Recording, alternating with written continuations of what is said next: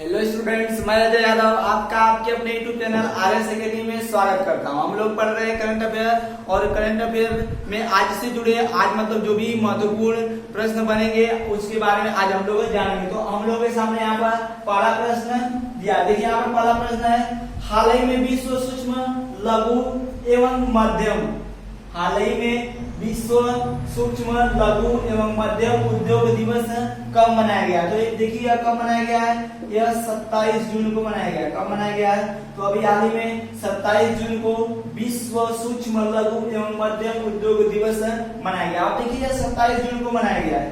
कब मनाया गया है? 27 जून को मनाया गया है। अब देखिए जो सूक्ष्म लघु एवं मध्यम उद्योग है इसको हम एमएसएमई भी कहते हैं, एमएसएमई। अब देखिए इसका मतलब क्या होता है एमएसएमई? तो इसका मतलब होता है सूक्ष्म लघु एवं मध्यम उद्योग। क्या? सूक्ष्म लघु एवं मध्यम उद्योग इसका मतलब होता है। अब देखिए यह मनाया गया कब? अभी हाल ही में 27 जून को मनाया गया। अब यह घोषणा कब हुई थी कि इसे मनाया जाएगा? तो इसे मनाने की घोषणा 2017 में की गई थी। कब की गई थी? इसको मनाए जाने की घोषणा 2017 में की गई थी। वो भी किसके द्वारा? यूएन द्वारा, यानी कि संयुक्त राष्ट्र के द्वारा इसकी घोषणा की गई थी। किसकी? सूक्ष्म लघु एवं मध्यम उद्योग की यह क्या होगा? यह 27 जून को मनाया जाएगा। घोषणा हुई 2017 में, लेकिन यह कब मनाया गया? पहली बार मनाया कब गया? तो पहली बार मनाया गया यह 2018 में। कब मनाया गया पहली बार? तो पहली बार यह 2018 मनाया गया, लेकिन घोषणा यूएनओ द्वारा कब की गई? 2017 में की गई। अब देखिए यह 2018 मनाया गया, इस बार 2020 में मनाया गया है। तो 2020 में यह कौन सा है? मतलब यह तीसरा है। कौन सा है? थर्ड नंबर का है। कौन सा? थर्ड नंबर का है यह इस बार का। आया सामने। अब देखिए सूक्ष्म लघु एवं मध्यम उद्योग यानी कि MSME, micro small and medium enterprises, इसका फुल फॉर्म होगा micro small and medium enterprises. Micro small and medium enterprises या सूक्ष्म लघु एवं मध्यम उद्योग। अब देखिए यह इसको जो एमएसएमई है इसको कहा जाता है भारत के औद्योगिक क्षेत्र का या ऐसे भारत के औद्योगिक क्षेत्र का इसे रीढ़ की हड्डी कहा जाता है। क्या कहा जाता है? औद्योगिक का भारत के औद्योगिक क्षेत्र का इसे रीढ़ की हड्डी कहा जाता है। क्या कहा जाता है? रीढ़ की हड्डी कहा जाता है।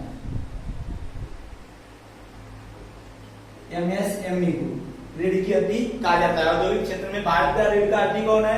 एमएसएमई यानी कि micro small and medium enterprises. अब देखिए यह दिवस अभी हाल ही मनाया गया। कब? 27 जून को। घोषणा कब हुई थी? 2017 में। किसके द्वारा? यूएन द्वारा, यानी कि संयुक्त राष्ट्र के द्वारा इसे घोषणा की गई। लेकिन पहली बार मनाया कब गया? 2018 में। और यह इस बार मनाया गया 2020 में। किस नंबर का था? तो तीसरा था, जो इस समय वर्तमान में मनाया गया है। अब देखिए यहाँ पर बात किसकी आई है? यहाँ पर बात आई है यूएनओ की। किसकी? यूएन यानी कि संयुक्त राष्ट्र की। तो संयुक्त राष्ट्र के बारे में जान लेते हैं। देखिए संयुक्त राष्ट्र के बारे में जानते हैं। यूएन यानी कि संयुक्त राष्ट्र, यूनाइटेड नेशन। अब देखिए यूनाइटेड नेशन की स्थापना कब की गई थी? तो इसकी स्थापना 24 अक्टूबर 1945 को की गई थी। इसी कारण से 24 अक्टूबर को कौन सा दिवस मनाया जाता है? संयुक्त राष्ट्र दिवस मनाया जाता है। अब देखिए जो इसका हेडक्वार्टर है, इसका जो हेडक्वार्टर है वो कहाँ पर स्थित है? न्यूयॉर्क में। कहाँ पर? जो इसका हेडक्वार्टर है वह न्यूयॉर्क में स्थित है। अगर यहाँ से भी प्रश्न बनता है, जो इसका हेडक्वार्टर कहाँ पर है? न्यूयॉर्क में। न्यूयॉर्क से भी प्रश्न बनता है, न्यूयॉर्क किस नदी के किनारे स्थित है? अभी पिछली क्लास में हम लोग बताया गया है जो न्यूयॉर्क है यह हडसन नदी के किनारे। किस नदी के किनारे? हडसन नदी के किनारे स्थित है। न्यूयॉर्क को क्या कहा जाता है? तो हॉलीवुड सिटी कहा जाता है। क्या कहा जाता है? हॉलीवुड सिटी भी किसे कहा जाता है? न्यूयॉर्क को कहा जाता है। बिग एप्पल न्यूयॉर्क को कहा जाता है। अच्छा एक और, सॉरी, हॉलीवुड सिटी इसको नहीं, लॉस एंजल्स को कहा जाता है। किसको कहा जाता है? Los Angeles. या आपका अमेरिका में भी अभी पड़ता है, अमेरिका में। और इसको क्या कहा जाता है, इसको हॉलीवुड सिटी कहा जाता है, हॉलीवुड सिटी के नाम से जाना जाता है। इसको लॉस एंजल्स, जो कहां पर पड़ता है, अमेरिका में। और यहीं पर अभी हाल ही में भारत के बाहर पहले योग विश्वविद्यालय की स्थापना की गई है, कहां पर, लॉस एंजल्स में। और वो भी किसके नाम पर, स्वामी विवेकानंद के नाम पर की गई है। यहाँ पर जो न्यूयॉर्क है, इसको हडसन नदी किनारे स्थित है, इसको गगनचुंबी इमारतों का शहर कहा जाता है। किसका, गगनचुंबी इमारतों का शहर कहा जाता है। और इसे बिग एप्पल के नाम से भी जाना जाता है। तो यूएनओ के वर्तमान में हेड कौन है, तो एंटोनियो गुतेरस है। कौन, एंटोनियो गुतेरस, जो इसके अध्यक्ष है। वो 90 नंबर के हैं और वे पुर्तगाल के रहने वाले हैं। तो आशा है ये बात जो भी आपको बताई गई समझ में आई होगी। अब हम लोग पढ़ते हैं अगले प्रश्न की ओर। देखिए अगला प्रश्न है, हाल ही में नौसेना के बेड़े में स्वदेशी टारपीडो डिकाय शामिल किया गया है। स्वदेशी टारपीडो डिकाय को शामिल किया गया है। इस सिस्टम को क्या नाम दिया गया, मतलब जो स्वदेशी टारपीडो डिकाय है, यह इसको क्या किया गया, भारतीय नौसेना के बेड़े में शामिल किया गया। और इस जो सिस्टम है, इस सिस्टम को क्या नाम दिया गया है, तो इस सिस्टम को जो नाम दिया गया उसका नाम है मारिच। क्या नाम दिया गया है, मारिच नाम दिया गया है। अब देखिए जो टारपीडो, यहाँ पर टारपीडो का मतलब समझते हैं। देखिए जो टारपीडो है, टारपीडो, टारपीडो का मतलब होता है जल में चलने वाली पनडुब्बी या जल की पनडुब्बी।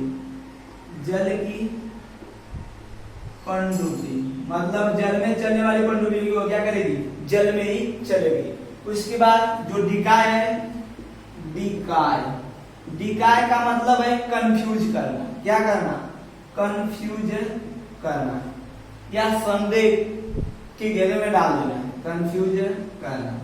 तो देखिए यहाँ पर क्या है, बाद में हमने जो नौसेना बेड़ा है उसमें क्या किया है, एक स्वदेशी टारपीडो डिकाय को शामिल किया है, जिसका नाम क्या रखा गया है, मारिच रखा गया। देखिए इसको समझते हैं यह क्या है। तो टारपीडो का मतलब बताया गया है जल में चलने वाली क्या होगी, पनडुब्बी होगी। और डिकाय का मतलब क्या, कंफ्यूज करना। अब देखिए होता क्या कि यह जल है, यह क्या है, यह हमारा जल है, यह जल है। यहाँ पर कोई जहाज है, यहाँ पर क्या है, यहाँ पर कोई हमारे देश का कोई जहाज है, यहाँ पर क्या है, कोई जहाज है। अब देखिए यहाँ पर मान लेते हैं कि यहाँ पर किसी देश की यहाँ पर कोई पनडुब्बी है। यहाँ पर क्या है, यहाँ पर एक किसी देश की यह पनडुब्बी है, यह क्या है, किसी देश की वहां पर पनडुब्बी है। अब देखिए क्या होगा कि इसमें ऐसी कीड़े हैं जो हमारा टारपीडो डिकाय है, इसमें क्या है, जिसका नाम क्या रखा गया, मारिच। तो यह जो जहाज होगी इसमें क्या होगा, यह लगा होगा। यहाँ पर क्या होगा कि इसमें ऐसी कीड़े होगी जो क्या करेगी, इससे देखिए यह क्या है, यह मिसाइल है, यह क्या है कि यह पनडुब्बी है, क्या है, पनडुब्बी। अब इससे क्या होगा कि इससे मान लेते हैं कि कोई अगर दुश्मन आता है तो क्या करेगा, उसको अगर यह जहाज दिखाई देगी तो क्या करेगा, पानी में इसको मार देगा। तो मारने कैसे, यह क्या करेगा, इस पर निशान लगाएगा। जब इस पर निशान लगाएगा तो इसमें से मिसाइल छोड़ेगा, इस पनडुब्बी किससे क्या होगी, मिसाइल निकलेगी ना। तो देखिए इसमें जो टारपीडो डिकाय लगा हुआ है, यह क्या करेगा कि इसको कंफ्यूज कर देगा। जो पनडुब्बी है इसको क्या कर देगा, कंफ्यूज। यानी कि जब क्या होगा, जब यह जो यहाँ पर जो टारपीडो डिकाय लगा हुआ है, यह क्या करेगा, यह इस पनडुब्बी की लोकेशन को ट्रैक करेगा। क्या करेगा, इसकी लोकेशन को चेक करेगा, इसकी लोकेशन को क्या करेगा, चेक करेगा, इसकी लोकेशन का पता लगाएगा। इसमें जो लगा होगा टारपीडो डिकाय जो जहाज में लगा है, क्या करेगा, यह इस पनडुब्बी के लोकेशन का पता लगाएगा। जब इसकी लोकेशन की स्थिति का पता लगा लेगा, तो जब पता लगाने के बाद इसे पता चल जाएगा कि ये क्या है, इसी दिशा में है, तो यह क्या करेगा कि इसका अभी जब यह पता लग जाएगा इसको कि यह क्या है, यहाँ पर है, तो यह जो टारपीडो डिकाय है जो इस जहाज में लगा हुआ है, क्या करेगा, इसको संकेत करेगा कि मैं हूँ। अब संकेत करेगा कि मैं हूँ, यही हूँ, लेकिन यह नहीं बताएगा कि मैं यहाँ पर। यह क्या करेगा, यह इसको कंफ्यूज करके इधर दिखाएगा, यह दिखाएगा कि मैं यहाँ हूँ, ऐसे मैं कहाँ हूँ, मैं इधर हूँ, मतलब जहाज किधर है, इधर है। और यह जो पनडुब्बी है क्या हो जाएगी, यह कंफ्यूज हो जाएगी। और यह जो वार होगा यह इधर ना जाकर कहाँ पर चलाएगा, सीधा इधर चलाएगा, जिससे क्या होगा कि जो इसका वार है उससे जो जहाज होगी वह बच जाएगी। तो यही प्रक्रिया है कि क्या किया गया है कि भारतीय नौ सेना के बेड़े में किसको शामिल किया गया है, टारपीडो डिकाय को। जिसका मतलब क्या है कि जल में अगर कोई पनडुब्बी अगर इस जहाज पर वार करती है तो जो टारपीडो इसमें लगा हुआ है, या क्या करेगा, इस पनडुब्बी से जो निकलने वाली मिसाइल है उसका क्या करेगा, उसका या इस पनडुब्बी का लोकेशन चेक करेगा। लोकेशन चेक करने के बाद ये क्या करेगा, उसको संकेत करेगा कि मैं हूँ, लेकिन ये नहीं बताएगा कि मैं कहाँ हूँ। जहाँ पर रहेगा उस स्थिति को न बताकर दूसरी स्थिति के बारे में इसको क्या करेगा, संकेत करेगा। और जब अपनी स्थिति बदल दिया, मतलब वो है वही लेकिन दिखा रहा है कि मैं कहाँ हूँ, यहाँ हूँ, तो जो पनडुब्बी होगी वह क्या करेगी, उससे जो मिसाइल निकलेगी उधर न जाकर कहाँ पर आ जाएगी, यहाँ पर आ जाएगी, जिससे क्या होगा कि यह कंफ्यूज हो जाएगी, यह जो पनडुब्बी है, और जहाज आसानी से निकल जाएगा। तो आशा है बातें समझ में आई होगी। अब हम लोग पढ़ते हैं अगले प्रश्न की ओर। देखिए यहाँ पर अगला प्रश्न है, हाल ही में Atal mission for rejuvenation and urban transformation यानी कि अमृत ने अपने कितने वर्ष पूरे किए। तो अभी हाल ही में Atal mission for rejuvenation and urban transformation या अमृत ने कितने वर्ष पूरे किए हैं, तो इसने अभी हाल ही में अपने 5 वर्ष पूरे कर लिए। कितने, 5 वर्ष पूरे कर लिए। अब देखिए यह जो अमृत मिशन है या Atal mission for rejuvenation and urban transformation, इसकी शुरुआत किसने की थी, तो केंद्र सरकार के शहरी मंत्रालय द्वारा, केंद्र सरकार के शहरी मंत्रालय द्वारा,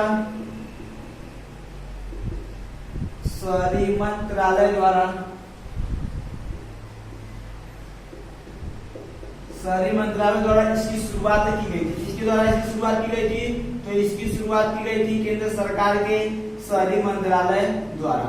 अब देखिए जो Atal mission for rejuvenation and urban transformation है, इसने क्या किया, अभी हाल ही में अपने 5 वर्ष पूरे कर लिए। और कब, अभी हाल ही में कब अपने 5 वर्ष पूरे किए हैं, 25 जून 2020 को। इसने कब अपने 5 वर्ष पूरे किए हैं, 25 जून 2020 को इसने क्या किया, अपना 5 वर्ष पूरा कर लिया है। 5 वर्ष का पूरा हुआ 25 जून 2020 को। तो जब 25 जून 2020 को इसको 5 वर्ष पूरे हुए हैं, और अभी बताया गया कि इसकी शुरुआत किसके द्वारा की गई थी, तो इसकी शुरुआत किसके द्वारा की गई थी, केंद्र सरकार के शहरी मंत्रालय द्वारा। किसके द्वारा, शहरी मंत्रालय द्वारा इसकी शुरुआत की गई थी। अब देखिए जो इसकी शुरुआत है यह कब की गई होगी, तो 5 वर्ष पहले की गई होगी, तभी तो इसमें 5 वर्ष पूरा किया है। कब, 25 जून 2020 को 5 वर्ष पूरा किया गया है। मतलब इसकी शुरुआत कब की गई थी, तो इसकी शुरुआत की गई थी 25 जून 2015 को। इसकी शुरुआत कब की गई, 25 जून 2015 को केंद्र सरकार के शहरी मंत्रालय द्वारा इसकी शुरुआत की गई, जिसने अभी हाल ही में क्या किया, अपने 5 वर्ष 25 जून 2020 को पूरा कर लिया है। अब देखिए इसमें एक शब्द आया है रेजुवेनेशन। क्या, रेजुवेनेशन, थोड़ा उसके बारे में समझते हैं। देखिए यहाँ पर जो रेजुवेनेशन आया है इसका मतलब क्या है, इसका मतलब है नया रूप देना। क्या करना, नया रूप देना। अब यह क्या करेगा, इसके द्वारा जो पुराने शहर, मतलब जो पहले के जो शहर हैं, जो पहले के शहर हैं उन्हें क्या किया जाएगा, पहले के जो शहर है उन्हें नया रूप दिया जाएगा। क्या किया जाएगा, नया रूप दिया जाएगा। तो देखिए यहाँ पर नया रूप दिए जाने का मतलब यह है कि ये नहीं कि मतलब कोई भी शहर होगा तो यहाँ पर क्या होगा, नई शहर का निर्माण किया जाएगा। तो यहाँ पर नई शहर का अगर निर्माण करने की बात आए तो वो स्मार्ट सिटी मिशन के अंतर्गत आ जाएगा। किसके, स्मार्ट सिटी मिशन के अंतर्गत आ जाएगा। लेकिन हमें क्या करना है, यहाँ पर रेजुवेनेशन से मतलब है ना, तो रेजुवेनेशन का मतलब क्या है कि नया रूप देना। तो इसका मतलब क्या है कि नई शहर का निर्माण करना नहीं, मतलब जो पुराने शहर है उनको क्या करना, उनको नया रूप देना। मतलब उनको किस प्रकार से डेवलप किया जाए कि उनको एक नई दिशा, एक नया रूप उनका मिल सके। तो देखिए इसका जो मतलब है रेजुवेनेशन का क्या है कि नया रूप देना। अब किसको नया रूप देना, तो जो भी पहले के पुराने शहर हैं उनको क्या किया जाए, उनको बेहतर ढंग से मतलब व्यवस्था उपलब्ध कराई जाए, जिसके कारण से क्या हो सके, उनको एक नया रूप मिल सके। अब देखिए नया रूप कैसे दिया जाएगा, तो नया रूप कैसे दिया जाएगा, वहां पर क्या होगा कि पेयजल की उपलब्धता कराई जाएगी। किसकी, पेयजल की उपलब्धता कराई जाएगी, पेयजल की उपलब्धता कराई जाएगी। दूसरा वहां पर क्या होगा कि वहां पर जल निकासी की व्यवस्था की जाएगी, जल निकासी की व्यवस्था की जाएगी, जल निकासी की व्यवस्था की जाएगी। एक तो पेयजल की व्यवस्था होगी या उपलब्धता होगी, व्यवस्था, पेयजल की व्यवस्था की जाएगी और दूसरी जल निकासी की व्यवस्था की जाएगी। और एक और बात, वहां पर क्या होगा कि घूमने के लिए गार्डन या बगीचे भी पर्याप्त मात्रा में लगाए जाएंगे। तो इन सब क्रियाओं के द्वारा क्या किया जाएगा, इन सब क्रियाओं के द्वारा कोई भी पुराना शहर है उसको क्या किया जाएगा, उसको डेवलप किया जाएगा और उसको एक नया रूप दिया जाएगा। तो Atal mission for rejuvenation and urban transformation, इसका मतलब क्या है कि कोई भी पुराना शहर है उसको ये क्या करेगा, यह केंद्र सरकार के सभी मंत्रालय द्वारा लॉन्च किया गया और यह क्या करेगा, यह कोई भी शहर होगा उसमें पेयजल की व्यवस्था करेगा, जल निकासी की व्यवस्था करेगा और वहां पर गार्डन वार्डन इत्यादि क्या करेगा, वहां पर लगाएगा, जिससे क्या हो उस शहर का विकास हो सके, उस शहर को नया रूप मिल सके। अब देखिए जो भी यहाँ पर जो बताया गया यह क्या है, यह किससे संबंधित है, Atal mission for rejuvenation and urban transformation से संबंधित है। यानी कि यहाँ पर क्या करना है कि किसी भी पुराने शहर को नया रूप देना है। लेकिन आपको एक बात हमने बताई कि यहाँ पर जब पुराने शहर को नया रूप दिया जाएगा तो क्या होगा, वो अमृत योजना के तहत होगा, किसके, अमृत मिशन के तहत। लेकिन एक मिशन बताया गया स्मार्ट सिटी मिशन, क्या, स्मार्ट सिटी मिशन। अब देखिए जो स्मार्ट सिटी मिशन है इसके बारे में बताया गया कि इसके तहत क्या किया जाएगा, इसके तहत नए शहरों का निर्माण किया जाएगा। क्या किया जाएगा, नए शहरों का निर्माण किया जाएगा, नए शहरों का निर्माण किया जाएगा। अब देखिए नए शहरों का निर्माण कैसे किया जाएगा, तो यहाँ पर देखते हैं। अब देखिए यहाँ पर कहा गया कि जो स्मार्ट सिटी मिशन है इसके तहत नए शहरों का निर्माण किया जाएगा और इससे प्रश्न बन चुका है। इससे प्रश्न पूछा गया कि देखिए जो स्मार्ट सिटी मिशन है इसमें अब तक कुल कितने शहरों को शामिल किया गया, तो भारत के अब तक कुल 100 शहरों को शामिल कर लिया गया। कितने शहरों को, 100 शहरों को स्मार्ट सिटी मिशन के अंतर्गत शामिल कर लिया गया है। अब देखिए 100 शहरों को शामिल किया गया है। अब अगर इसमें यह पूछा जाए कि पहला शहर कौन सा है, इसमें स्मार्ट सिटी मिशन में पहला शहर कौन सा है, शामिल किया गया, तो उसका नाम है भुवनेश्वर। कौन है, भुवनेश्वर है, जो कि उड़ीसा की राजधानी है। और अंतिम यानी कि लास्ट जो है वह अंतिम वाला कौन है, मतलब सवा शहर कौन बना, तो वह था शिलांग। कौन, शिलांग, जो मेघालय की राजधानी है शिलांग। तो यहाँ से ये वाला प्रश्न पूछा गया है कि स्मार्ट सिटी मिशन के तहत अंतिम शहर कौन सा है जिसको क्या किया गया, स्मार्ट सिटी मिशन के तहत डेवलप किया गया, या स्मार्ट सिटी मिशन में क्या किया गया, स्मार्ट सिटी के रूप में इसमें शामिल किया गया समय शहर के रूप में। तो कौन सा है, अंतिम सवा शिलांग है। तो आशा है बातें समझ में आई होगी। अब हम लोग बढ़ते हैं अगले प्रश्न की ओर। देखिए यहाँ पर अगला प्रश्न है, हाल ही में गरीब कल्याण रोजगार अभियान के लिए एक पोर्टल की शुरुआत हुई है। इसके प्रसार की बात करें तो इसके अंतर्गत कितने राज्यों को शामिल किया गया, तो ये जो प्रश्न है ये आप लोगों को बताया गया है। इसको क्या किया गया है, इसको बताया गया है। लेकिन अभी हाल ही में इसके लिए क्या किया गया है, उस समय एक पोर्टल लॉन्च नहीं हुआ था, लेकिन इस समय क्या हुआ कि एक पोर्टल भी लॉन्च हो चुका है। किसके लिए, गरीब कल्याण रोजगार अभियान के लिए। अब पूछा है कि एक पोर्टल लॉन्च हो गया है, यह कितने राज्यों में इसका विस्तार किया गया, तो ये मतलब ये कितने राज्य इसमें शामिल हैं, तो उन राज्यों के बारे में बताया गया। लेकिन यहाँ पर देख लेते हैं कितने राज्य शामिल हैं, 6 राज्य। लेकिन इसमें कुछ नया मिलेगा, नया ये मिलेगा कि इसके लिए क्या किया गया, ये पोर्टल की शुरुआत की गई है। अब देखिए 6 राज्यों को इसमें शामिल किया गया है। हाल ही में गरीब कल्याण रोजगार अभियान के लिए एक पोर्टल की शुरुआत हुई। इसके प्रसार की बात करें तो इसके अंतर्गत 6 राज्यों को शामिल किया गया। अब देखिए यह जो गरीब कल्याण रोजगार अभियान यह है क्या, गरीब कल्याण रोजगार अभियान क्या है, तो इसके बारे में बताया गया है कि जितने भी प्रवासी मजदूर हैं जो क्या हो चुके हैं कोविड-19 के कारण, इसके कारण कोविड-19 के कारण क्या हो चुके हैं, मतलब उनका पलायन हो चुका है। वे कहीं और जगह कार्य कर रहे थे, लेकिन क्या हुआ कि दूसरे राज्य में कार्य कर रहे थे, लेकिन कोविड-19 के कारण वो क्या हुए, अपने राज्य में वापस चले आए, या क्या हुआ कि अपने राज्य में वापस चले आए तो उनको क्या चाहिए भाई, उनको रोजगार तो चाहिए, नहीं तो कैसे भूखे मरेंगे। तो इस कारण से क्या किया गया, इस कारण से यहाँ पर एक योजना की शुरुआत की गई जिसका नाम क्या है, गरीब कल्याण रोजगार अभियान। और जो गरीब कल्याण रोजगार अभियान है इसकी शुरुआत कब की गई, तो अभी हाल ही में इसकी शुरुआत कब की गई, तो इसकी शुरुआत 20 जून 2020 को की गई। कब की गई, 20 जून 2020 को शुरुआत की गई गरीब कल्याण रोजगार अभियान की। अब देखिए इसकी शुरुआत की गई 20 जून 2020 को, किस राज्य से की गई है? तो बिहार राज्य से की गई है। कहां से? बिहार राज्य से की गई है। लेकिन यह पूछ ले कि किस स्थान से की गई है? तो बिहार का एक जिला है खगड़िया। कौन सा जिला है? खगड़िया। बिहार का एक जिला है जिसका नाम क्या है? खगड़िया जिला। वहां से इसकी शुरुआत की गई है। कहां से की गई है? खगड़िया जिले से क्या किया गया है? इसकी शुरुआत की गई है 20 जून 2020 को। तो गरीब कल्याण रोजगार अभियान की शुरुआत क्यों की गई? तो जो भी प्रवासी मजदूर हैं उनको रोजगार देना इसका उद्देश्य है, जो कोविड-19 के कारण क्या हो गए, अपने राज्य में वापस आ चुके हैं। अब अगली बात यह है कि इसकी शुरुआत कब की गई? 20 जून 2020 को। कहां से की गई? तो बिहार का एक खगड़िया जिला है वहां से की गई। अब देखिए इसके तहत कुल कितने राज्यों को इसमें शामिल किया गया है? तो अभी बताया गया इसमें कुल कितने राज्यों को शामिल किया गया है? 6 राज्यों को शामिल किया गया। और वो 6 राज्य कौन कौन से हैं? पहला है राजस्थान। कौन? राजस्थान। दूसरे नंबर पर है उत्तर प्रदेश। कौन है? उत्तर प्रदेश।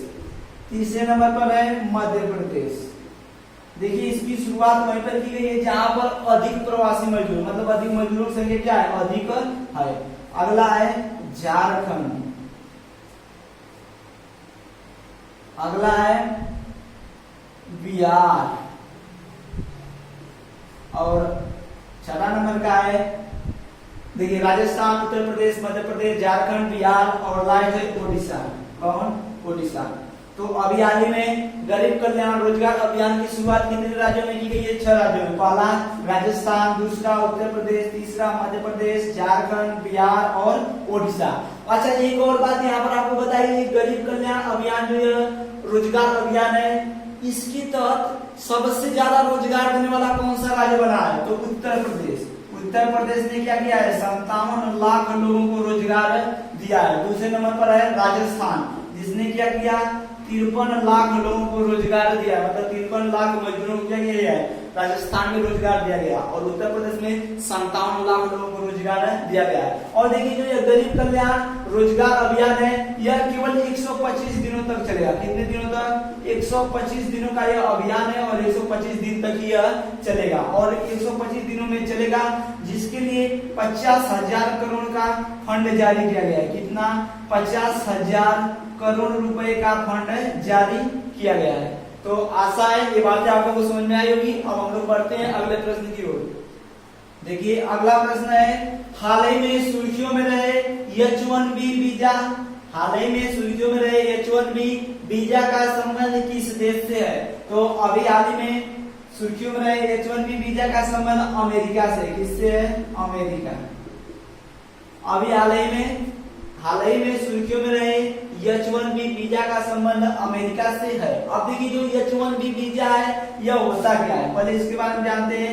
H1B जो वीजा होता है यह क्या होता है? तो देखिए जब किसी देश का, मतलब किसी दूसरे देश का, जब कोई किसी दूसरे देश का व्यक्ति जो क्या करता हो, अमेरिका की किसी कंपनी में काम करता हो, जब किसी दूसरे देश का व्यक्ति अमेरिका की किसी कंपनी में या किसी देश का कोई व्यक्ति हो, क्या हो, अमेरिका की किसी कंपनी में क्या हुआ? कर्मचारी हो, और वहां पर क्या करता हुआ? काम करता हो। तो जब वो व्यक्ति क्या करता है? अमेरिका किसी कंपनी में काम करता है, तो अमेरिका की जिस कंपनी में काम करता है उस कंपनी द्वारा क्या किया जाता है कि अमेरिकी सरकार को क्या किया जाता है?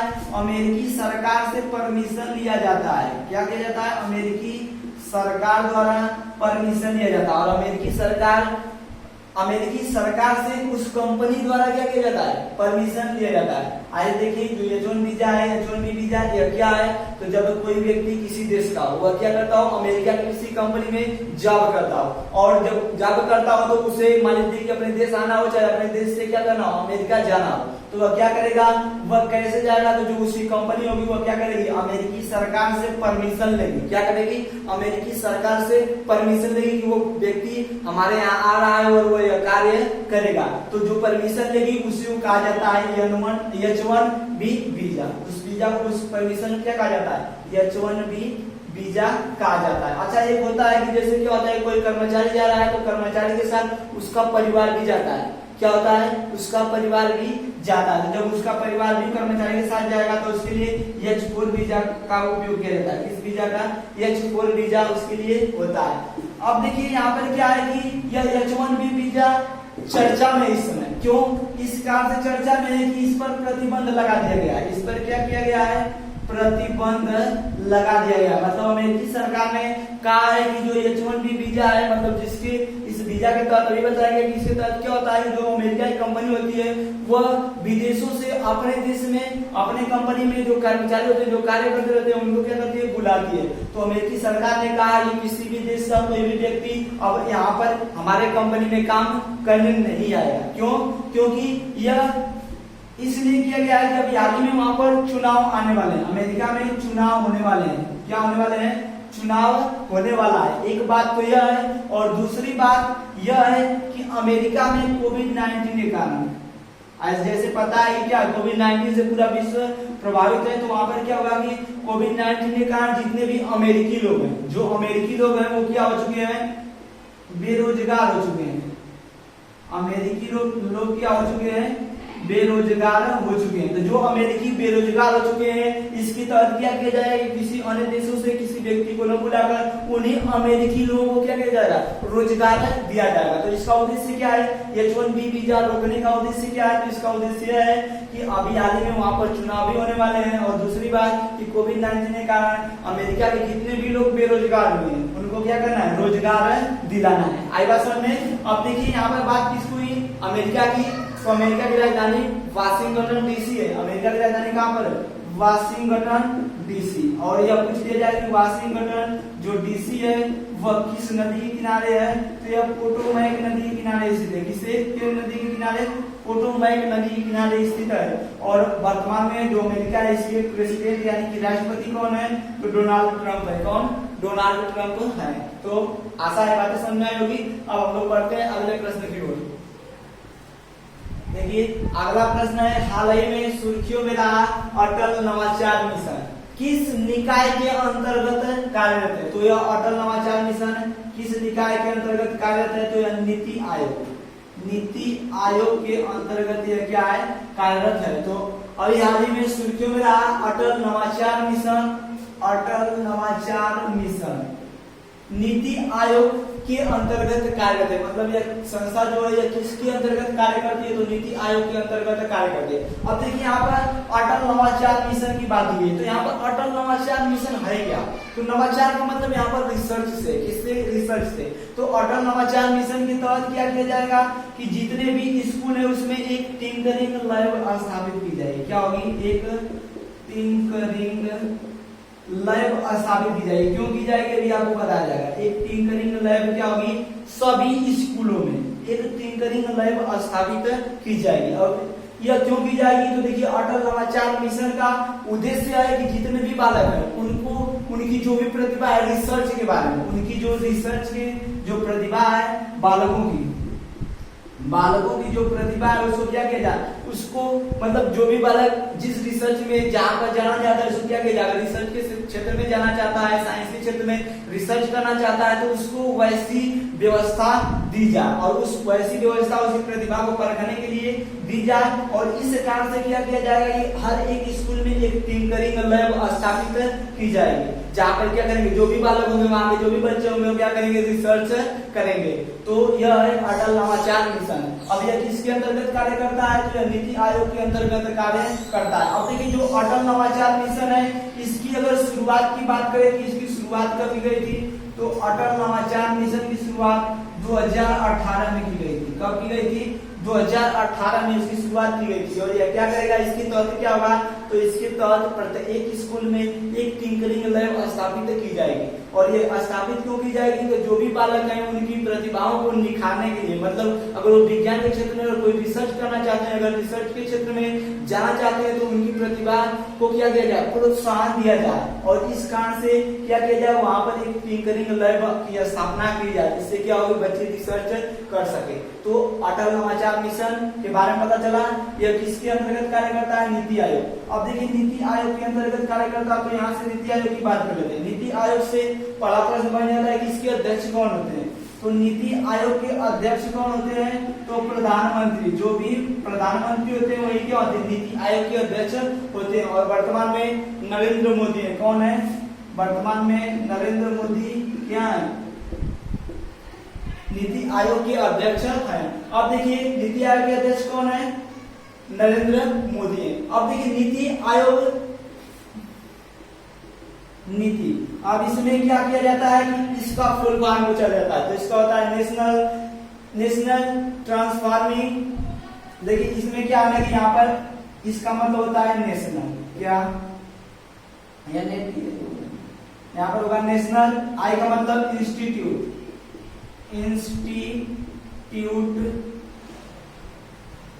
फॉर, टी का मतलब ट्रांसफॉर्मिंग, क्या होगा? ट्रांसफॉर्मिंग, और आई का मतलब होगा इंडिया, ट्रांसफॉर्मिंग इंडिया। तो यहाँ पर क्या होता है कि यहाँ पर इस आई वाला जो पहला वाला आई है, इसका कई बार फुल फॉर्म पूछा गया है। जो नीति यहाँ पर जो लिखा गया है, इसमें जो ये वाला आई है, मतलब इसके नीचे ऐसे स्लैश कर देगा और इसका मतलब क्या है? जो चार ऑप्शन आएंगे तो इसका मतलब क्या होगा कि इंस्टीट्यूट, क्या है? Institute, national institute for transforming India. NITI Aayog का, नीति का मतलब फुल फॉर्म है। और नीति आयोग के अध्यक्ष कौन होते हैं? प्रधानमंत्री। नीति आयोग की अगर स्थापना की बात करें कि जो नीति आयोग है इसकी स्थापना कब की गई थी? तो इसकी स्थापना 1 जनवरी 2015 को की गई थी। कब? 1 जनवरी 2015 को नीति आयोग की स्थापना की गई थी। अब देखिए जो नीति आयोग है, अगर इसका पुराना नाम पूछा जाए तो नीति आयोग का पुराना नाम योजना आयोग है। क्या है? योजना आयोग।